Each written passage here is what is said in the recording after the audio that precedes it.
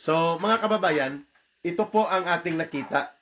Nagkakaroon po ngayon ng pagkakabulgar itong ginagawa ni Aling Claire Castro dahil siya po ay kinumpronta ni Eden Santos ng Net25, no? At very controversial po ito, no?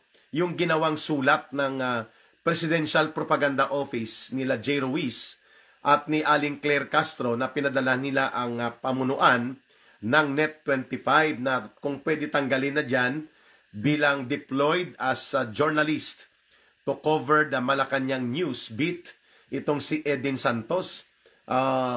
Magulo pa rin, walang katahimikan niya. Makinig ka lang dito kay Ka-Eric, Ma'am Elena, para po kayo po ay mabigyan ng kaliwanagan at magabayan po ang inyong pag-unawa sa nangyayari sa ating bansa.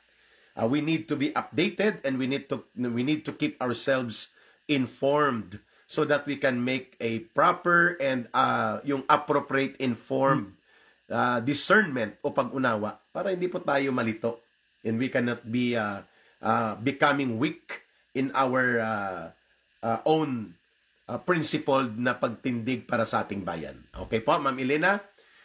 So una po, ano po ba ang kadahilanan kung bakit pinapatanggal ni pambansang tagapagtahol o barker ni Marcos na si Aling Claire Castro itong si Miss Eden Santos ng Net25, no? And by the way, nag-react na po ang Malacanang press corps after 3 days at least, kahit papaano po, may reaksyon na tayong narinig dito sa Malacanang press corps na nababahala po sila, although medyo malamya, no? It's very avoiding a confrontational stance on the real meat and matter of the issue ng panggigipit at pangaharas ng Malacanang sa isang legitimate and duly established na personality sa mundo ng media, itong si Miss Eden Santos, just because hindi kakayanin ng powers ni Aling Claire Castro ang kanyang no holds barred, straight to the point, direct to the messenger na pagtatanong po sa loob ng mga press briefing ng barker ni Marcos at propagandista niya na si Aling Claire Castro. So, nag-react po ang Net25 management at sabi nila, pinapanindigan po nila ang integridad at ang pagkatao ng isang lehitimong journalist. No, Ma'am Emmy, tama po kayo. Si Auntie Claire ang dapat na alisin kasi kailangan niya ng tulong para kumalma po, nagpapanik attack na eh. Tama po kayo, Ma'am Emmy. That is also observable in the demeanor of Aling Claire Castro. So, nagpanindigan po nanindigan mga kababayan ang Malacanang press corps na hindi po tama na parang ginigipit, ginigipit talaga. Hinaharas o ini-intimidate po ng Malacanang, lalo na ng Presidential Propaganda Office, thank you Renato sa pagsubaybay po ninyo, ang mga may pagkakritikal na mga uri ng pagtatanong at interaksyon ng ilang mga miyembro ng Malacanang Press Corps, particular po itong si Ma'am or Miss Eden Santos. Ayun. Baka makardiac arrest na daw si Claire Castro dito sa direktahang pagtatanong na hindi niya masasagot, no? Halimbawa, una, sabi niya, grabe ang boses, no? She has a very shrill voice, so irritating and so overflowing with arrogance, no? And full of herself, no? Punong-puno sa sarili niya. Pag nagsalita po itong si Aling Claire Barker Castro, no? Sabi niya, ngayon, mayroong 4,027 na mga barangay cleared as free from drug problem sa buong bansa. Oh, grabe ang shrill voice niya, overflowing sa kahambugan at pagkaarugante. Ngayon, tinanong siya ni Miss Eden Santos, Ma'am, pwede po ba naming malaman saan o ano-anong mga barangay po ito para maiulat din natin itong tungkol sa pagkaka-clear ng naging drug-free ang mga barangay na ito as you are declaring right now? Saan po ito? Anong mga lugar ito? Alam nyo kung ano ang sagot ni Lola Claire Castro, ang propagandista barker ni Marcos?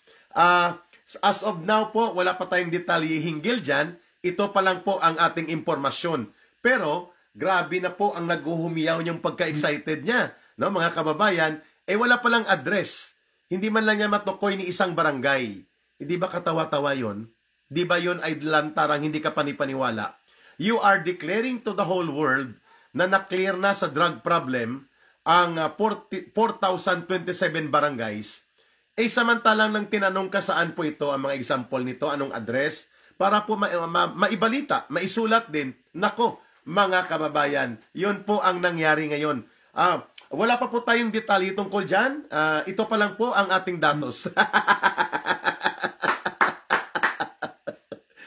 Mga kababayan, this is very ridiculous and this is at the same time as scandalous as it can. Ito pong mga pahayag na ito. Hindi po ba niya alam o nagbubububuhan lang siya na noong bumaba po si Pangulong Duterte as early as bago pa siya bumaba, April of 2022, ay nadeklara na po ng PDEA at ng mga karampatang agencies ng gobyerno ang Joint Consolidated Report of Drug Clearing that there were already 76,000 barangays. No? Mga kababayan, or 76%, that means mga 26,000 barangays. Tama ba? Around 76% ng mga barangay. We have 42,000 barangays nationwide. Mga 42,025 barangays. No? Siguro kung idadagdag mo yung barangay Claire Castro, na tatlo lang naman yung tao dyan, si Claire Castro, yung kanyang PA, yung taga-abot tubig at kape niya, at yung kanyang taga-abot ng mga fake news niya. So tatlo sila, Barangay Claire Castro ang tawag doon. Kaya kung mayroon pong 42,025 barangays sa buong Pilipinas, idagdag mo ang Barangay Claire Castro. De facto barangay po yon. Pag sinabing de facto, not created by law, but existing as a creation or as a proof of fact or a proof of experience, no? De facto. Kaya, kung mayroon pong nakatala na mga 42,025 barangay, so ulitin po natin, ang 42,026 na listahan ng barangay na yan ay ang Barangay Claire Castro, na nasa loob ng Malacanang. Tatlo po ang nakatira doon, ang kanyang PA na taga-abot kape at tubig niya at ang kanyang taga-abot ng fake news. No, siyempre, ang probinsya niya o ang munisipalidad o syudad niya, yung Malacanang, yun talagang pinaka-city of fake news ngayon. Hindi kaya ni Claire si Miss Eden Santos. Opo. Bagay sa kanya yung Barangay Claire Castro. Tatlo lang sila. So, out of 42,000, mahigit na barangay na ito, 76% were declared or was declared at ang numerical value po niyan, mga 26,000 barangays. Out of 42,000 barangays po, ay nadeklara ng Joint Consolidated Drug Clearing Board na pinapangunahan po ng PDEA, Dangerous Drugs Board Authority at iba pa pong security sector. Bago po bumaba si Pangulong Rodrigo Duterte, there was a consolidated report published, issued po ito ng gobyerno mismo. At ito ay nagpapakita na 2022 pa, mahigit na po sa 26,000 barangays ang nadeklara na drug-free ang lugar nila. So saan ang galing po na puno ng mangga o saang dahon ng bayabas pinitas ni Aling Barker Castro, Claire Castro, itong datos niya na 4,027 barangays ang na-clear daw sa ilalim ng gobyerno ni Marcos from drug problem. Nang tinanong siya, nako, wala siyang maipakitang barangay, mga kababayan, at wala siyang datos kung saan at ano ang address. Kaya pinagtawanan siya. Napahiya ang Lola Claire Castro sapagkat ang kanyang pagsisinungaling, ang kanyang mga paglulubid ng mga propaganda niya sumabog at sumambulat sa kanyang sariling pagmumukha. Literally, it imploded upon nag-implode sa sariling barangay Uplok, kulang-kulang, sabi ni Elmer Mercurio, ang barangay ni Claire Castro, barangay Bugok. Mga kababayan, if you have the data that has been produced out of validated information, madali po ang pagsagot nun. Sasabihin niya, cleared na po itong 3 barangay sa Valenzuela. Ito po mga pangalan nito. Cleared na po ang barangay sa paligid ng Malacanang kahit na noong nakaraang 3 buwan ay nagkaroon po dyan ng drug raid at dyan po ay nakikita ang bintahan kaliwat kanan ng shabu sa paligid ng mga barangay ng Arlegue at sa paligid ng Malacanang. Cleared na po ngayon yan. Hindi nga niya mapangalanan, ano? Meaning to say, if you cannot provide details, if you cannot explain the information, better not to use it for your propaganda dahil yan po ay sasabog sa iyong mukha. Mabuti lang kung hindi magtatanong ang taong bayan at kagaya po ng pagtatanong nitong isang seasoned journalist na si Miss Eden Santos, edi napahiya tuloy si Aling Claire Castro. Sumambulat po sa kanyang pagmumukha ang ito pong tinatawag na maruming laro niya sa propaganda using fake news. So, mantakin mo, 26,000 na po na mga barangays ang na-clear sa buong bansa as early as 2022.